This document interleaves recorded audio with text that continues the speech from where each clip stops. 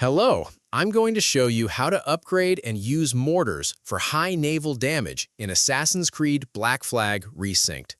If this video helps you, please like it, leave a comment, and don't forget to subscribe.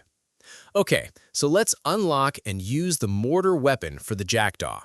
First, you need to progress through the story until you unlock the mortar upgrade for your ship. Once it's available, open the ship upgrade menu and purchase the mortar using the required materials and realis.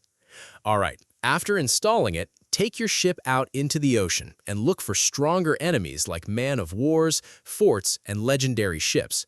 When you are fighting, use the mortar from a distance by aiming at the enemy ship's highlighted area and firing before they get close.